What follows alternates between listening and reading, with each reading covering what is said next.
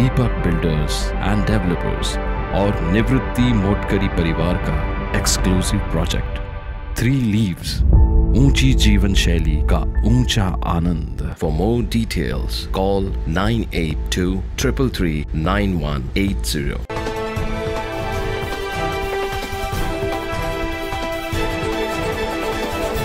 सध्या राज्याच्या हवामान खात्यानं पुढील 3 ते 4 दिवस पावसाचा अंदाज वर्तवलाय। मागील आठवडाभराच्या विश्रांतीनंतर आज दुपारच्या सुमारास विजांच्या कडकडाटासह नाशिक शहरातील सिडको, द्वारका आदी ठिकाणी पावसानं जोरदार हजेरी लावली।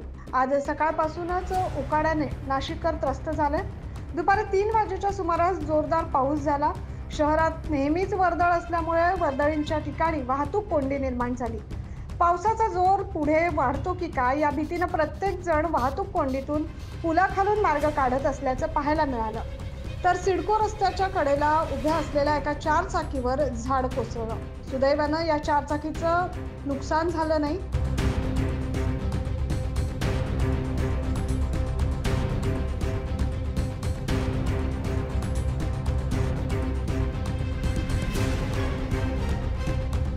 अचानक आलेल्या पावसानं शहरातील रस्त्यांना नदीचं स्वरूप प्राप्त झालंय। त्यामुळे एकूणच नाशिक शहरासह ग्रामीण भागातही पावसाचा जोर कायम असल्याचं पाहायला मिळालंय आणि शेतीच्या कामांनाही वेग मिळणार असल्याचं बोललं जात आहे। 9 न्यूज महाराष्ट्रासाठी नितीन चव्हाणसह जितेंद्र नरवाडे।